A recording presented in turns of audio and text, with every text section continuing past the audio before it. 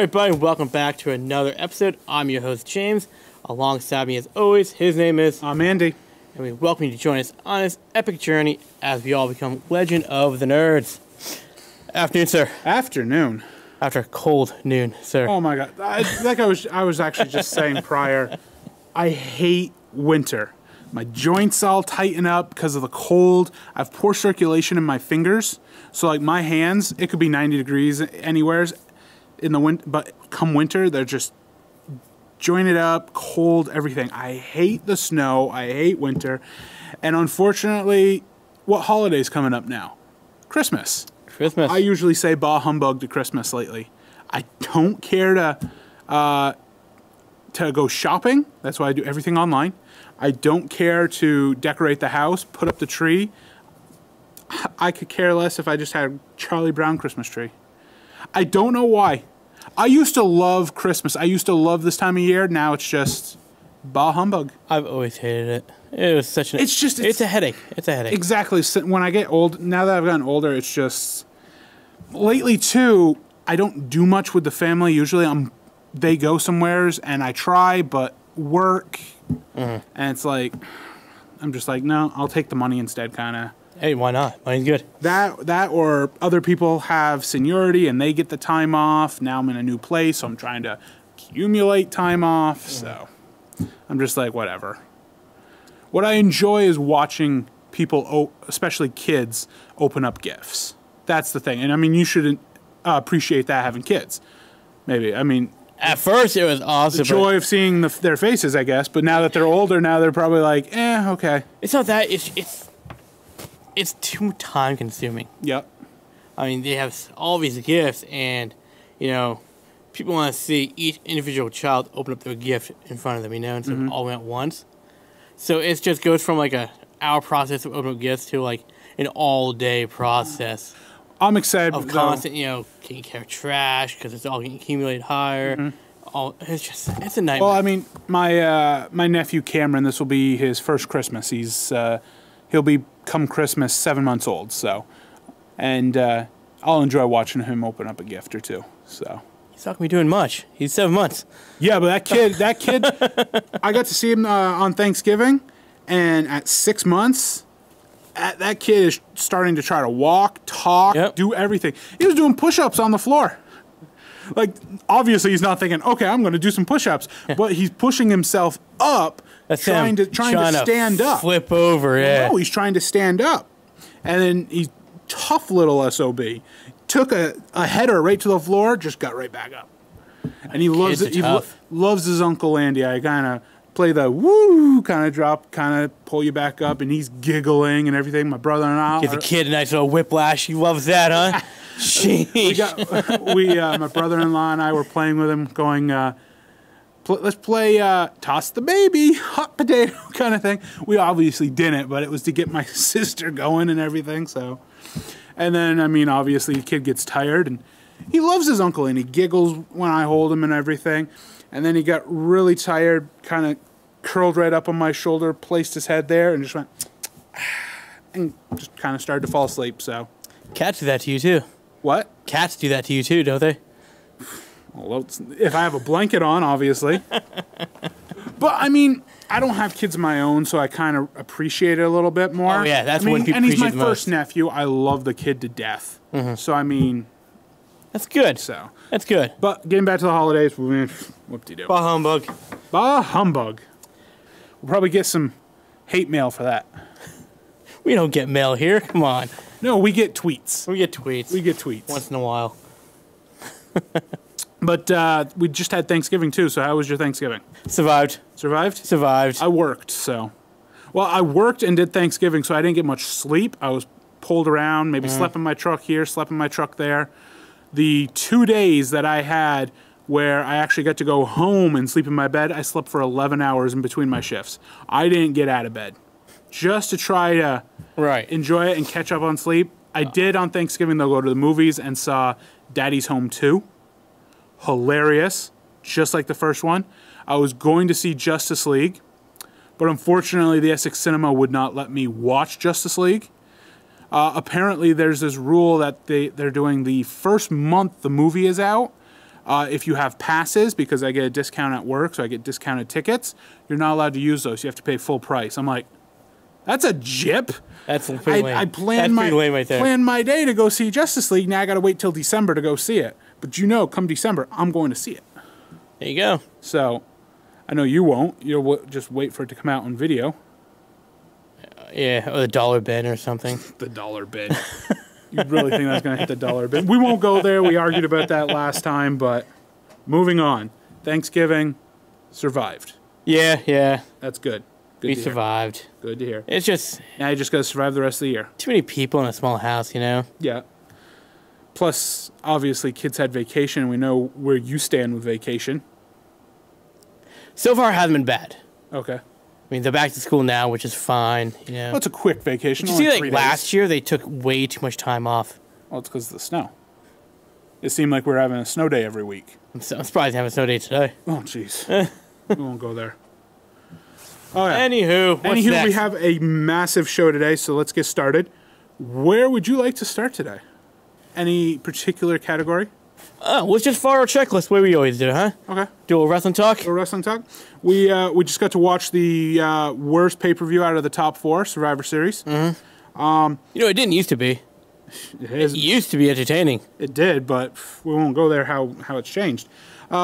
We did get to watch a match or two of NXT before that. Aleister Black. I've been pushing him. You've watched a couple of his matches. Do you remember a little bit? You remember Aleister Black? Yeah. This guy is. I'm waiting for them to promote him because he is amazing in the ring. Yeah, he is. He's a medium-sized guy. He's quick, but he's got these kicks. Reminds me of a Rob Van Dam type. You know, he's got a good gimmick. Mm-hmm. It's a solid gimmick. You should keep it going. I think he'll do great in the career. Yeah. The main event was the War Games match. Yep. You thought it was the one with the 3 rings. I thought it was a World War III match, and I just got confused. Yeah. So, War Games, you have two rings side by side with a giant cage over both of them. You had 3 teams of 3. 2 of the members from each team start off in a shark cage at the top of the ramp. The other 3 all have like a triple threat going on. You can't really pin anybody until all the teams are in the ring, which seemed really weird. We both agree it should have been an elimination type match. Mm-hmm. Very boring in the beginning for this massive hype of a match that hasn't been seen in 20 years. And there's a reason why. It's a pretty boring match. Yeah. It didn't get exciting until everybody showed up in the ring when Eric Young's faction Sanity brought in the weapons. Right. And that's when things started to go down. I'd say the highlight out of it is something I have never seen in my life when there was a superplex off the top of the cage. I branded it the Super Superplex. Oh, right. I want to get that trademarked. Be like, WWE, you need to pay me whenever you use my trademark. That was the highlight for me in that. I mean, there was a lot of action once weapons got introduced. Seeing Eric Young's partner in Sanity, I forget his name, but it was the really big guy. Yeah, he was huge. He was flying around the ring like a cruiserweight. He did a coast-to-coast. Where have you ever seen a 300-plus pound guy jump from one side of the ring to the other? Never. I mentioned to you, in NXT, they need to do this, though, to promote themselves as wrestlers. They need to just go put on their A game times 10. Yeah, of course. They only get 4 pay-per-views a year, and that's at the big 4. And you're in Florida in Orlando, where the Performance Center is, wrestling house shows and 1-hour NXT shows. Mm-hmm. So you're not leaving time to try to put a storyline together, and you're fighting for that 1-hour time. Yep. So once it picked up, bravo to a lot of the things they were doing. You don't see the main guys doing superplexes off top of cages. No, they don't need to anymore. So, exactly. Moving on to the pay-per-view, the actual pay-per-view Survivor Series, Raw vs. SmackDown. We didn't get to watch the pre-show, but that was Kalisto getting his title rematch against Enzo Amore. Enzo Amore wins. All right. Shocker. All right. Do you see Enzo holding on to this title for a while? Apparently. This is his... Well, I mean, he had it, lost it to Kalisto. Kalisto had it for a week, re-lost it. But do you see them pushing Enzo, or those rumors about maybe Enzo being terminated from WWE? Do you think those are maybe something we might see down the road? Well, those rumors are just as they are. Rumors. Oh, exactly. They broke up Big Cass and Enzo for a reason. And I think the reason was to push Big Cass. But the crowd was not feeling him alone. They're going more behind Enzo than anything, so they had to change plans by not pushing Cass anymore and having Enzo being the... My thing is, Enzo is great on the mic. His wrestling is... It's okay. I could see him being a great manager, too. He's doing a lot of that in the Cruiserweight division, where I'm seeing him on the mic a lot more than wrestling lately. I don't know if they're maybe going to push that for him, but... I don't know what they're going to do with him. It's hard to say, but Enzo Amore still your Cruiserweight champ. He's got skill in that ring. He does. Exactly. I think it has to do with maybe with his gimmick. The problem is, and we've mentioned this, it's called the Cruiserweight division, meaning 205 and under. There's even another show called 205 Live. Right. It's hyping the weight, 205. But the problem is with the rebranding of the Cruiserweight division, they rebranded it as a high-flying division, kind of, like the X division in Impact. And that's where the big mistake happens, because there is two different kinds. The X division is high-flying. Yeah. The Cruiserweights back in the 90s wasn't all about high-flying. No, you had guys still go up to the top rope. It was these lower-weighted guys that wrestled. There wasn't a lot of high-flying going around. So I think they're trying to combine the two to this 205 wrestling style, and Enzo is not a high flyer. He's not. He's a ground and pound guy. He's a ground and pound guy, and I think that's what they're trying to push right now. Yeah. I think I see Triple H pushing him. All right. So for the first Raw vs. SmackDown match, we had the Shield versus the New Day. Faction versus faction. I don't know what to say. I really can't remember much of this. This is the first time the Shield has actually been back in a faction match. They won, obviously. I mean, Of course. it's the Shield. They're gonna, while they're partnering up, they'll probably win all their matches. Yeah. But do you see, how long do you think the Shield's gonna stay together again? And are they gonna break up the same way where now Roman or Dean turn heel and do the same thing to Seth? Well, let's jump into Monday night quickly. If I remember, Monday night was right, with Roman Reigns winning the IC title, right? Yes. Okay. So now we have Roman having the single title, and Seth and Dean being the tag team now. Well, they're not the tag champs. They lost it, but they could be They're again. trying to get it back. Yes. Yeah. And I'll get into that towards the end. This is it. It's hard to tell where the writers are going with this right now. I think they'll at least... They could make them go because, I mean, you have the New Day, three or more wrestlers. Don't they have another one, right? You used to have the Wyatt family, but they're on separate shows now. They're on separate shows now. Yeah, I don't know where they're going. I don't know. It's tough. Yeah. Enzo's got his little group now with all the heel 205 guys. He calls it the Zo Train. The Zo Train. He's kind of like the Godfather. Okay. Kind of thing. I see the Shield at least going through the Royal Rumble together, and then maybe start throwing each other out in the Rumble. Yeah, but that couldn't mean anything, though. Well, Shield won. Raw's up 1-0. We have the women of Raw versus the women of SmackDown. We really skipped that match. Does it really matter? It doesn't really matter. The one thing I'll point out in that match was Asuka. Asuka was the last woman standing out of the whole thing. Yeah. Obvious that's going to happen. They're not going to have Asuka get pinned this early in her WWE career. I mean, she was never pinned in NXT for 2 years. Right. But it was because of Asuka that Raw won for the second year in a row for the women's division. So, up 2-0. We next have the Usos, my boys, the Usos. versus Cesaro and Sheamus. Tag champs versus tag champs. Usos pull out a victory. Again, we'll notice something in this real quick. We're going fast because we hated Survivor Series. Yeah. So we kind of skipped through it. It was just boring because there's no stipulation for any of the matches. There's no title matches. There's nothing. Usos pull out a victory. Raw's up 2-1. We then had, what we have? Oh, another women's division match. Charlotte versus Alexa Bliss. Charlotte beats Alexa to tie it up 2-2. I told you, I kind of had a feeling she was going to beat Natalya the week before to become the women's champion because they're going to have it where Alexa Bliss is going to face Charlotte because they're the only two women to hold both titles. Yeah.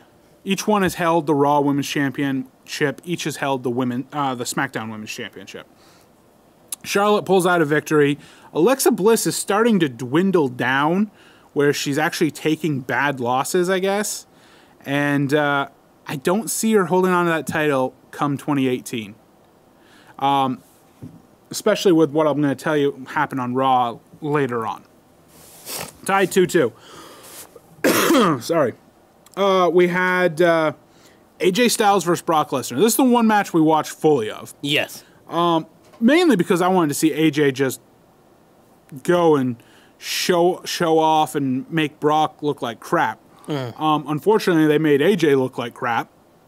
And I'm getting sick and tired of Brock Lesnar having these almost squash matches against guys that you think these guys are going to tear right through Brock. Roman Reigns, he made Roman look bad.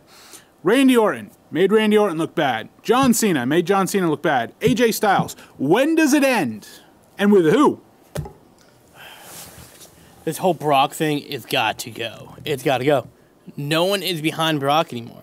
And if you are, you're not a real wrestling fan. This guy does nothing. He puts nothing on the table, Andy. He does nothing. And that's the problem is AJ works his butt off all the time. Same as Cena.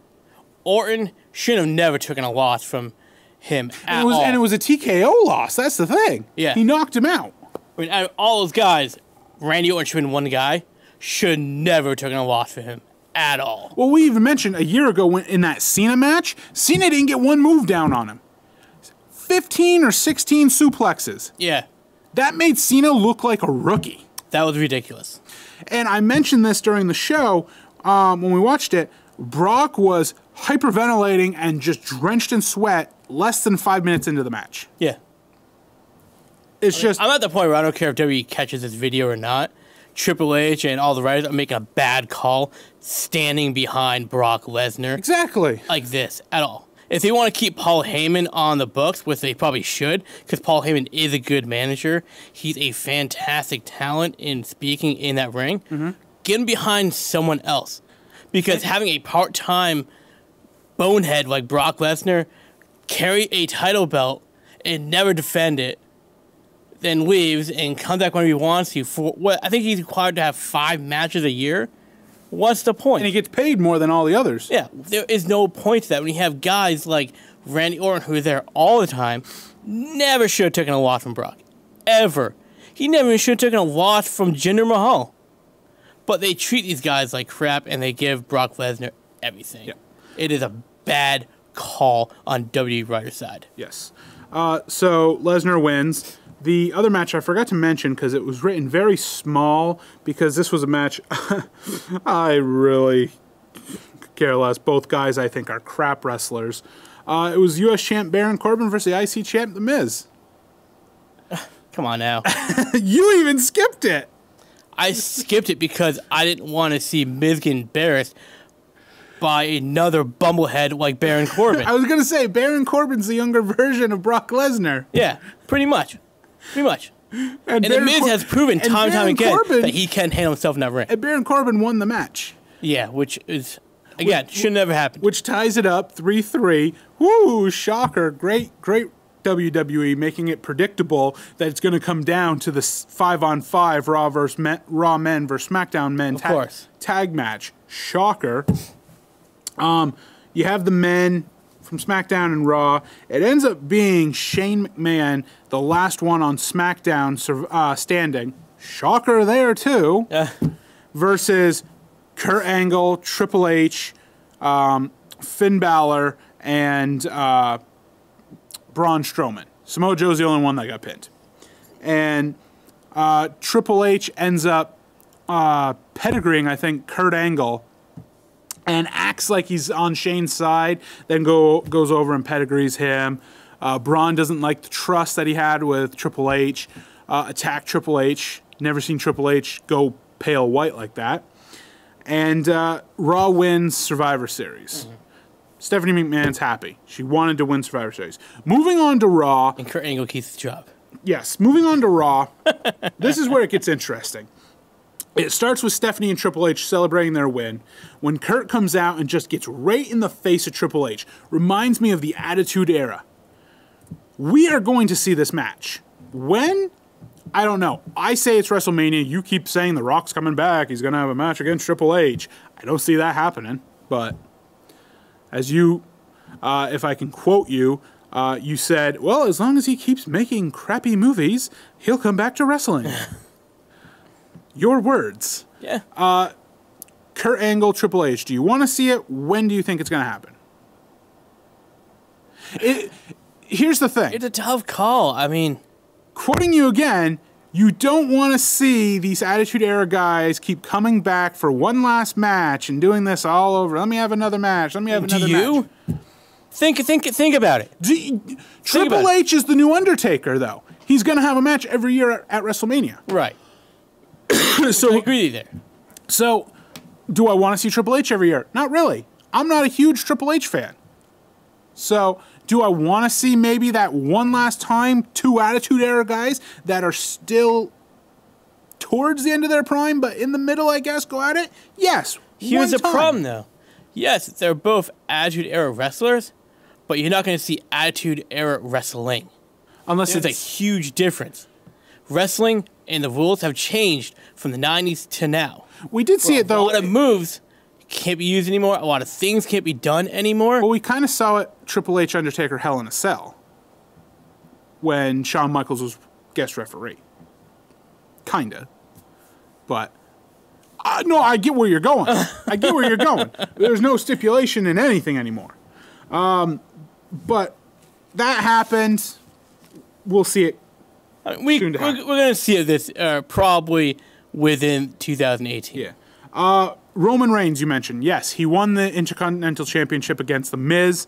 What was funny was during Miz TV, the Dean and Seth are talking about how they're going to get their tag titles back, and Roman cuts them off. Whoa, whoa, whoa. How come you guys get to have all the fun and win all the titles? I should have a title on my own. Miz, what are you doing tonight? Yeah, why don't you put that title up? We'll have a match tonight. And Kurt's like, yeah, good idea. That's kind of cool. It was a funny skit. The one big thing which was awesome was with this whole Under Siege thing with the men of SmackDown and the Raw on the SmackDown thing, all that, was there's a fatal four-way to determine the number one contender for Alexa Bliss's Women's Championship. Match becomes a no contest because Paige finally returns. I sent you her return in a video. I watched it. I was so excited. The fans were so excited. We haven't seen Paige in almost a year because of a neck injury. She had surgery on her neck just like Edge did. And she brings two female wrestlers from NXT. And they storm the ring and attack all the women wrestlers. And the match gets thrown out. Last time I checked, there's no rules in a fatal four-way. Continue the match till someone gets a pin. I agree with you. Okay. The only reason why the referee threw it out is because he lost track of the match, and there's nothing you can do about it. SmackDown, same thing happened. 3 NXT women attacked all the women wrestlers on SmackDown and interrupted actually a really good women's championship match between Charlotte and Natalya. Is this a new invasion of NXT to the main roster? Sure, why not? Okay. Only other news in SmackDown, Jinder is getting his rematch at Night of Champions. Whoop-de-doo. Whoop-de-doo. Go Jinder. Go Jinder. Go Jinder. Follow Brock Lesnar out the door and don't come back. That is wrestling. We had a lot. I tried to make it quick. I know we have so much more, but You did good. that was wrestling. So I'm trying to talk fast. You're doing all right, brother. You're doing all right. Moving on. Flareverse. Yes. What do you want to talk about? Because we don't have time to talk about all of it. No, there's only one thing we need to talk about, and that's happening tonight. The crossover. The crossover episode, which I saw the trailer. Amazing. After I watched the show United, I watched it again. Is called Crisis on Earth X. Yep. You were telling me, because when it was the whole Nazi theme with the people on Earth X, that it reminded you of the Red Moon saga? Or something Red like that? Sun from Yes. the Superman comics. Yeah, which could be. They're probably taking a lot from that. Yeah. What I'm loving is it's not four nights in a row like they did in the past. They're actually doing it only 2 nights. Yeah. So you get 2 shows on Monday and 2 shows on Tuesday. Now, where does that leave us on Wednesday and Thursday night? There is no DC CW. They're doing their normal shows like Riverdale and Supernatural, and then there's something else they're adding in on another night. Like it's like a Penn and Teller thing instead of Arrow. Oh, right on. But yeah, the Crisis on Earth X. I mean, it's going to be themed around Barry and Iris's wedding. Very excited. Just the trailer for it looked amazing, and I told you, I wonder if this is a big push for Supergirl, because they portrayed in it a lot of Supergirl and her villainous side of Supergirl. So I wonder if they're going to be pushing Supergirl for the future coming out of this. If they're going to do something with that show, right now would be the good time to do it. How exciting, with all the Tom Welling talk, how exciting would it be if he shows up in this crossover somehow? No one's expecting it, but all of a sudden, small little thing, Tom Welling's there and something happens. People would flip the roofs off their houses, and I mean, everyone would go nuts. Definitely. Like, I would go nuts. Like, that is a place to push something like that, a secret surprise that no one's expecting, and it happens. I don't know how much more you want to add to this, because we haven't seen it. We had just the trailers. But do you like this? Do you like these crossovers where you have literally this mini Justice League kind of? I like these crossovers. I question like last week's episodes had nothing to do with this crossover. There's no push into it. So I'm curious how they're gonna kind of push us all in this giant crossover when, I mean, we saw the trailer. Yeah. There's a lot going on. Yeah. A lot going on for only 2 nights. And there was no, like, fade into it. The only fade into it is in the Flash, where Iris keeps mentioning, we have our wedding next week. Yeah. And that was it. So I'm just kind of curious on what's going on. My big thing is, I'm surprised you haven't mentioned yet, the return of Snard. I was going to bring that up. Okay. I was going to bring it up because I'm not sure if you saw it. I'm sure you did see it. But when I saw Captain Cold with the actual glasses on and the hood, I just lost it. Oh, yeah. It looked fantastic, And right? you know what's even better about this crossover that airs tonight? I get to watch it before you. I'm actually debating about watching it all on Wednesday. And just watch all 4 straight? Yeah. That's what I'm debating about doing. I can't wait that long. I've been waiting since the beginning of CW. Our Flareverse began, and I knew about it. So, if you don't have anything else to mention about it, I just want to jump to our regular Flareverse real quick. Sure. Some highlights. We had Supergirl, the Midvale one, which was really good. It's a little 10 years back when Supergirl and Alex were still in high school and how their relationship formed. I really enjoyed this because it's a nice origin story on how their sisterhood relationship forms. Again, it was a nice, almost Smallville kind of episode. Exactly. It was really good, right? And especially with the touches, even with John showing up, basically keeping his promise to their father that I will look after them. And he started right there looking after them. And the Easter egg in there, which was the push to Smallville, where Kara sends the data files on her friend's computer to none other than Chloe Sullivan in Smallville. nice Smallville touches. This is what Supergirl needs. Yeah. They need to have these Smallville Easter eggs and kind of take from what Smallville did. That's what they need to go with. The second episode from the last 2 weeks was called Wake Up, which was a great push for Rain. The character's name is Sam. It was a great push on her origin story in there, where she finds out she's Kryptonian, which answers the question at the end of last season's who was the second pod. That was her. She gets her crystal out of the pod, and her fortress is built out in the desert just like Clark's was in Antarctica. Yeah. It was, I mean, awesome. And we had the push where I told you, I go, maybe, I don't know if you want to call it an Easter egg too, but they mentioned that she's not born Kryptonian, she's made Kryptonian. Right. In Dawn of Justice, Lex makes Doomsday out of Zod. Right. And finds out that Kryptonians used to make people, and then it was abolished because they thought these people were abominations. They mention that on how she was made, even in the backstory that you sent me info on her, they mention that. Is that a tie-in to Dawn of Justice? Are they trying to maybe tie in a little bit? I think what they're doing is CW showing the extended universe how making a movie or TV show superhero is done. This is how it's done. That's what you don't do it that way. You do it this way. And the CW network, those guys are amazing when it comes to DC shows. They're all phenomenal. And that's what I love is it makes you think. It makes the gears in your head say, "Oh my God, is this going to happen? Is this?" And that's what you want when you have a good TV show and a good movie. You want these conversations. Yeah. So if they want to do that with Doomsday, they could have done it if they were smart about it. Yeah. But they just wanted to hurry it up and push it along.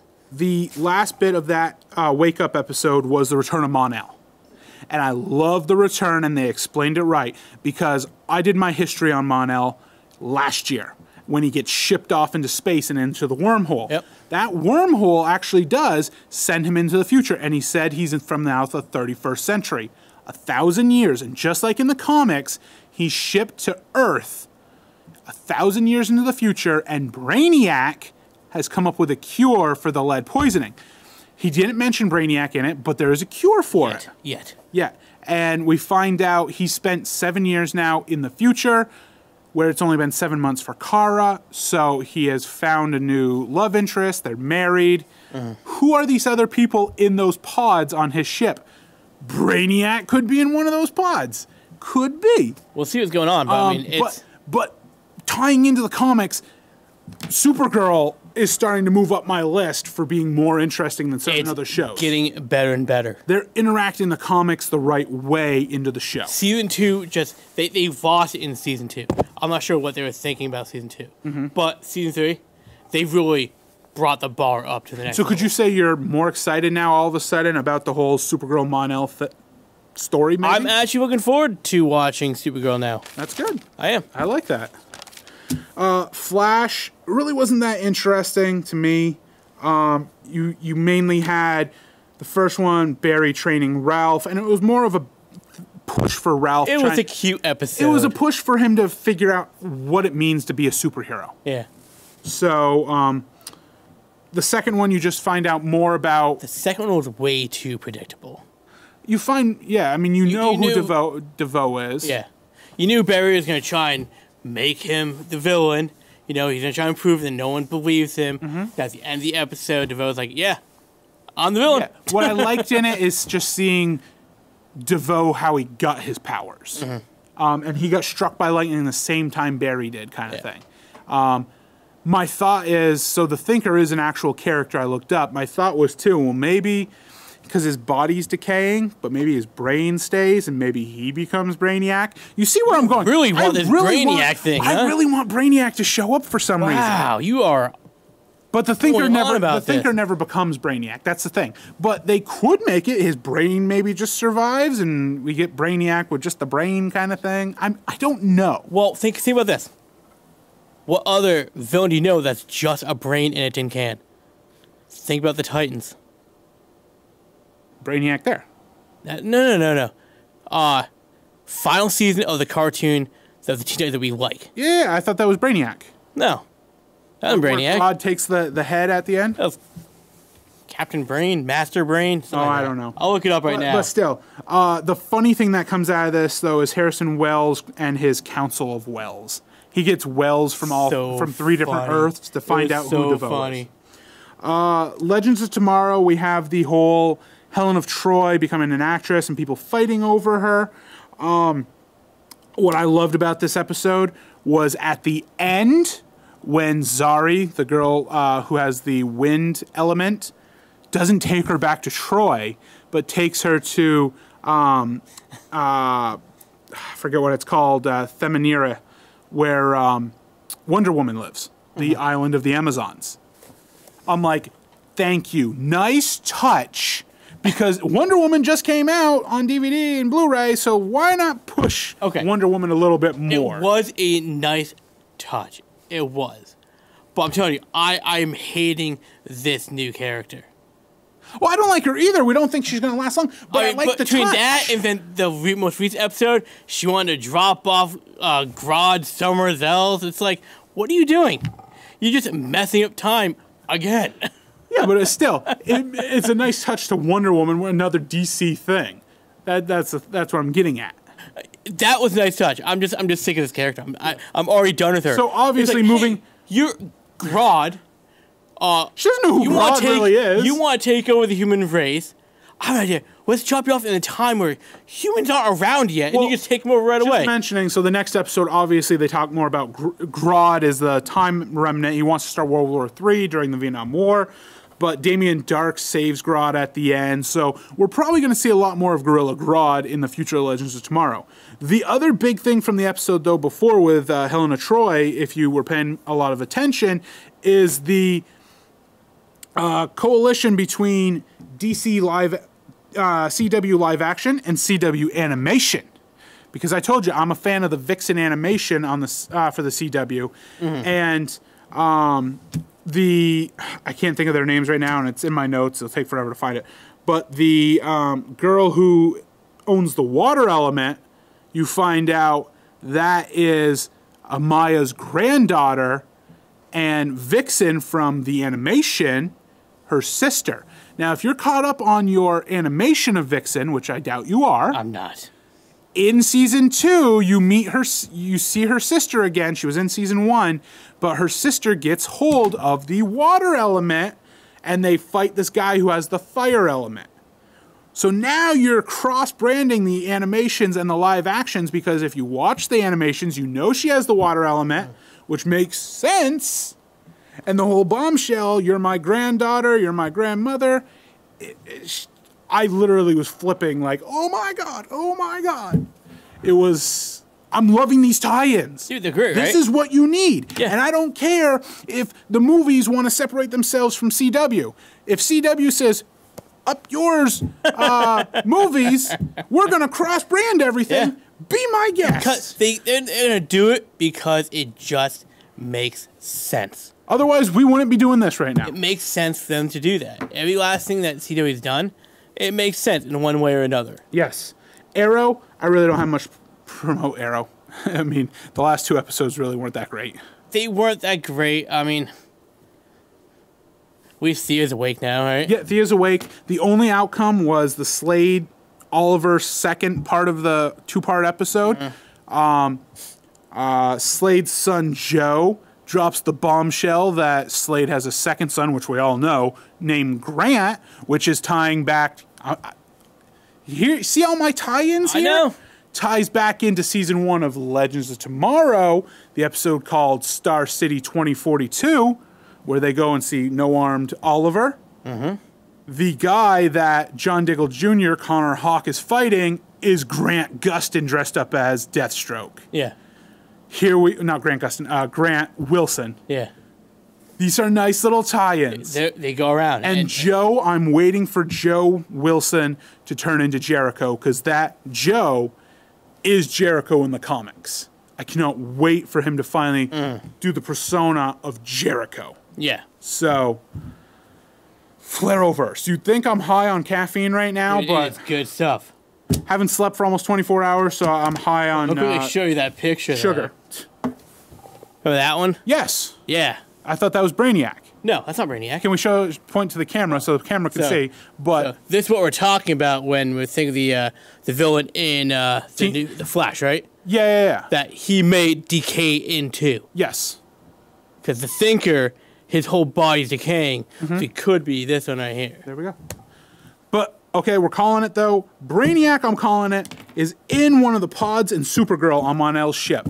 All right. Because Brainiac is the reason for the cure happening 1,000 years later on Earth in the comics. We good. Good. You good?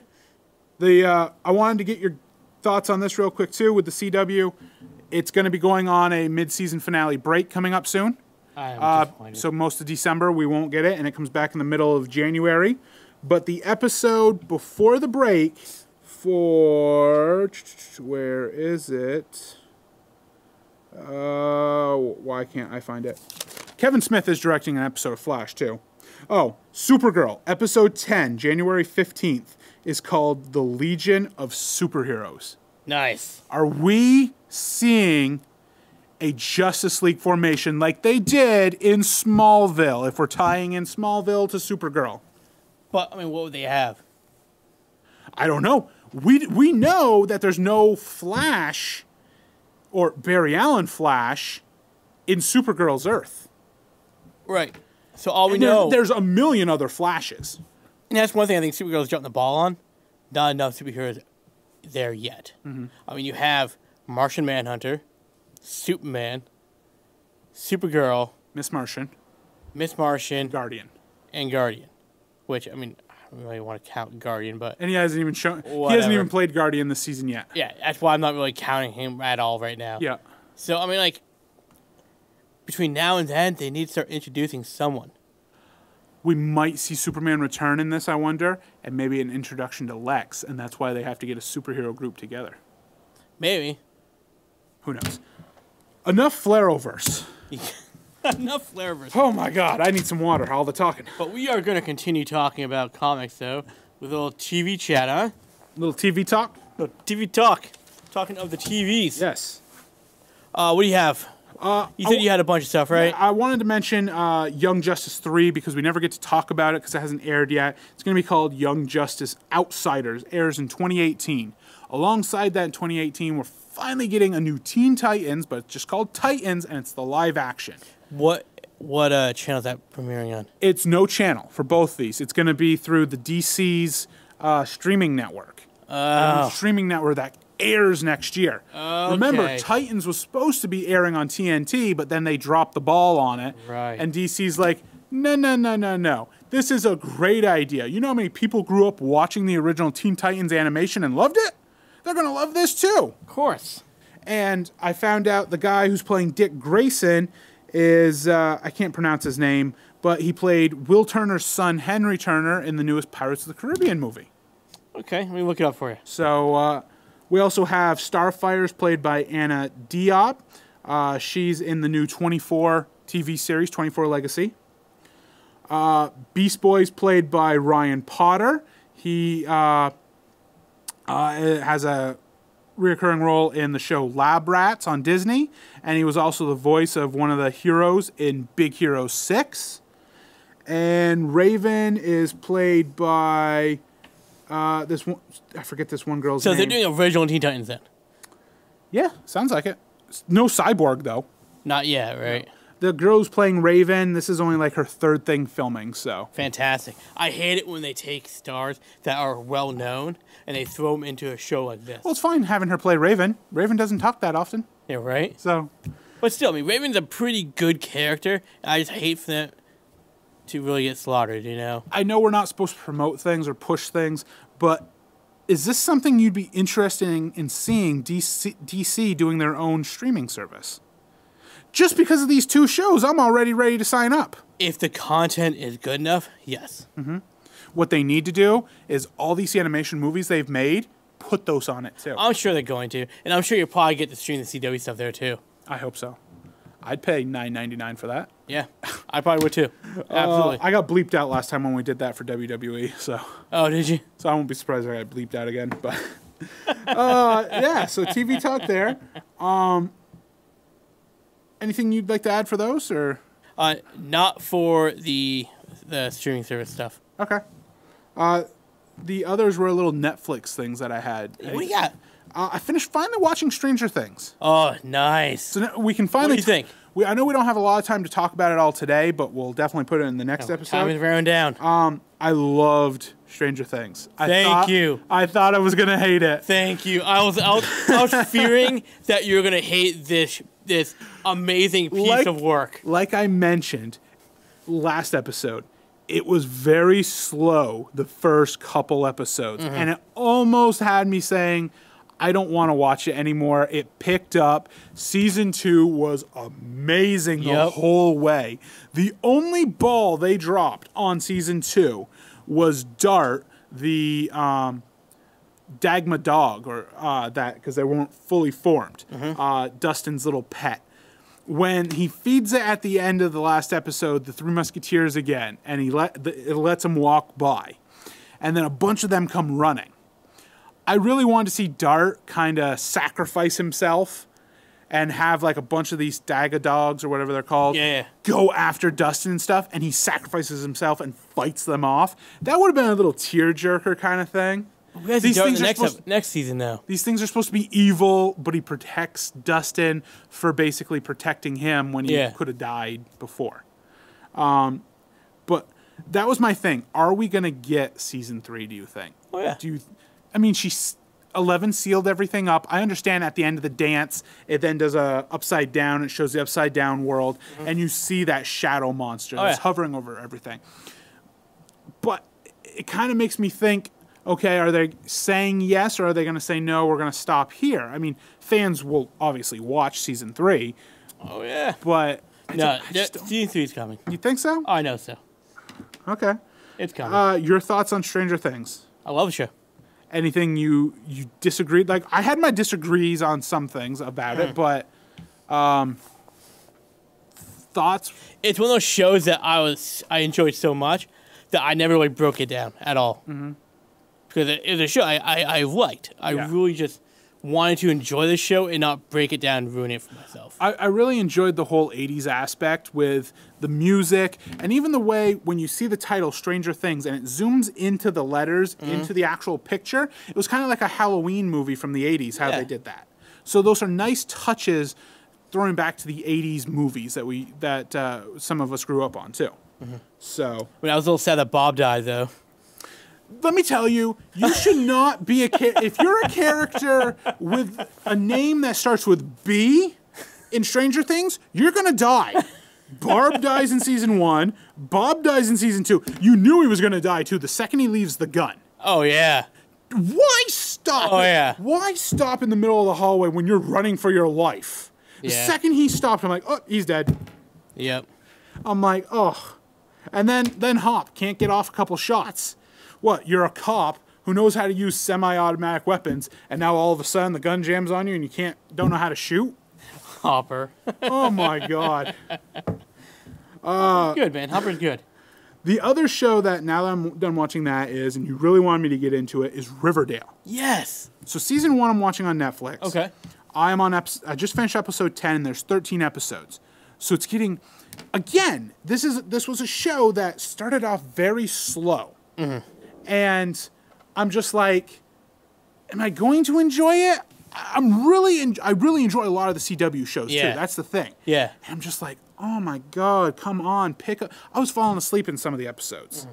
But now all of a sudden, this murder mystery kind of thing is really intriguing. Picking up, like, right? I cannot wait to find out who killed Jason. I'm so excited. So season 2, obviously, I have it all taped. And that's why when I'm watching a show, I don't like to spoil anything. Yeah. I don't want to say anything with you because I want you to you can see the grin on my that face enjoyment of indulging into a show without knowing anything about it. Yeah. But I made sure to tape on the DVR at home season 2. So the second I'm done, I can just start watching them a little quicker and stuff. But, I might have to start reading the Archie comics just to learn some more too. I'm just saying. It's real good. And Luke Perry, perfect in this show. I was just about to say, Luke Perry has done an amazing job as Archie's father. Yeah. And this is the thing. Archie's father probably isn't even supposed to be a big character, but all of a sudden, Luke Perry has taken that role and just run with it. Luke Perry's awesome anyways. I'm like, wow. But where did Luke Perry all of a sudden come out from? What is it with all these actors that were great a decade or two ago, then disappeared, and now, whoop, Michael Keaton. There was Luke Perry, obviously. There were some others that all of a sudden... Keep in mind, Luke Perry is more of a TV star than he is a movie star. True. The last bit of TV talk I want to mention is Netflix has now had The Punisher out. I know neither one of us have watched it yet. Obviously, we're watching different things. Your thoughts, I know your thoughts, but the viewers out here don't know your thoughts on The Punisher. Are you going to watch it? I am going to watch it. And are you expecting high hopes? Are you not expecting high hopes? What are your thoughts that are going to come out of this? I will probably end up watching it. I will.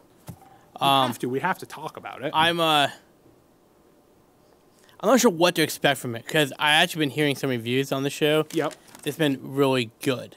Okay. But I mean, for the Netflix Marvel shows, some of them have disappointed me a lot. You know, I mean, I love Jessica Jones. Season 1 Daredevil were great. Season 2, not so much for me. Because the Punisher was in it. Not just because that. Because, I mean, Electro didn't really do much for me either. Electro hasn't done anything for me, period. Yeah. Even in Luke Cage, didn't really care for it. Iron Fist, I really was looking forward to, but it let me down. A lot of people... Defenders, amazing. It was until the whole Elektra thing I didn't like. Yeah. A lot of people hated Iron Fist. I didn't mind it. I really wanted him to get his suit, his outfit. That's the thing. It was slow, and I know a lot of people are hoping. So in season 2 of Luke Cage, they're going to be doing a lot of Luke Cage Iron Fist because that's how it was in the comic. And a lot of people think this might help Iron Fist out. It could. And Luke Cage. My thought is the Punisher, because it's part of the Marvel TV series on Netflix, is he going to be part of the next crossover somehow? He could be. I think it's going to happen. I'm going to watch it because I've always liked the Punisher in a way anyways. It's just the actor that's playing the Punisher I'm not too hot for. Yeah. So I think him alone may ruin it for me. But I'm going to probably check it out. Okay. But I know I'm binge watching Burn Notice again, so... I saw that. The last bit I had for TV talk was, and I wanted to talk about it before, and I always keep forgetting to write it down. I finally wrote it down today. I watched all 8 episodes, I believe, of it, of Marvel's Inhumans. Okay. I don't know if they're going on for another season. I know ratings were poor, but a lot of things... canceled. A lot of times they still come back. I mean, I don't know. I didn't mind it, though. That's the thing. It was very slow the first 3 episodes. That's the thing. And with it being a short season kind of thing. But I didn't mind it. You got to realize, Inhumans is something different. So it's not that... I think a lot of viewers and fans of, or so-called fans as we call them, of the comic things don't understand the whole backstory of the Inhumans. So that's why they're like, whatever. Right. But it was entertaining. That's the thing. And now they're on Earth at the end of it. So you're almost setting up for that whole maybe Agents of S.H.I.E.L.D. and Inhumans kind of crossover. And it's not going to happen probably.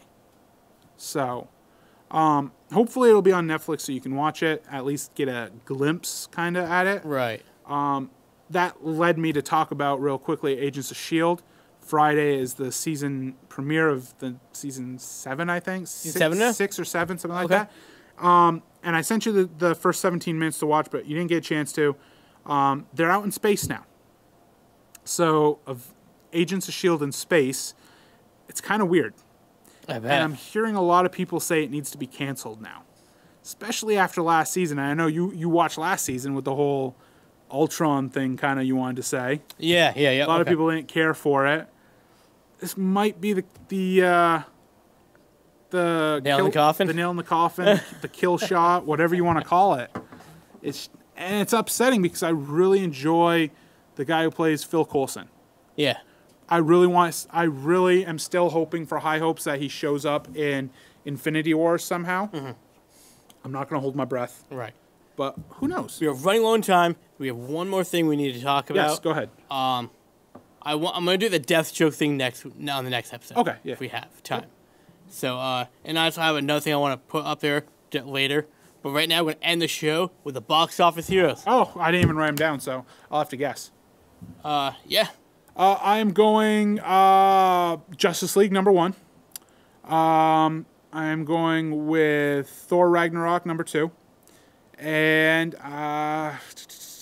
what else came out? Let's just go Daddy's Home as #3. Okay. Number 3, with 22 million, is Owen Wilson's new movie, Wonder. Don't even know. So Number 2, at 40 million, Justice League. okay. And at 49 million is Coco. I didn't think Coco came out yet. Yeah, it Okay. did. If I knew that, I would have gone with Coco in one of them. But I mean, I said before, this is why it's so important for studios to open their movies on certain dates. I think if Justice League wasn't opened during Thanksgiving time, maybe a summer movie, it would have done a lot better, I think. Yeah, because it couldn't do the beginning of November because Thor came out, and it can't do it during Christmas because Star Wars Episode 8 comes out. And then again, I'm not sure if Marvel did this on purpose, but when the opening day of Justice League came out was when Punisher hit Netflix. Oof. So I'm not sure if Marvel's like, we're going to beat them with a show. Well, not really Marvel. Disney. Because Disney owns Marvel, Yeah. too. So they did it that way. They did it with Thor, and they did it with Star Wars. So they really put them in the crosshairs. I mean, I haven't seen Justice League, so I can't really trash it yet. Yeah. I can't say anything bad about it yet. You would think more than 40 million the opening week. I would think more than that. I mean, they got beat out by a Mexican cartoon movie. True. I mean, A Disney Mexican. But I mean, think about it. I mean, Justice League should have been on the top one for at least 2 weeks running, and they were on #1 box office for 4 days. True. Unfortunately, that's just about it, I would say. I would say so too. I'd like to get more into this, but we keep running out of time. Exactly. So on our next episode, join us. We'll talk about the whole Deathstroke thing, but we also have our winter movies to see. What are the winter movies that you need to go and see at the movie theater this year? Winter's usually not a big time for movies, but hey, we'll pull a couple out of Santa's bag of tricks maybe and get you some movies out there. Don't forget too, in a week's time, we will have the Nerdy Awards for you to vote on who you think wins for each category. Don't forget, watch this episode and every other episode here on Channel 15, also on our YouTube and Facebook pages at Legends of the Nerds. Follow us on Twitter at KrillinMan, and join us next time on a brand new episode of Legends of the Nerds. Stay nerdy.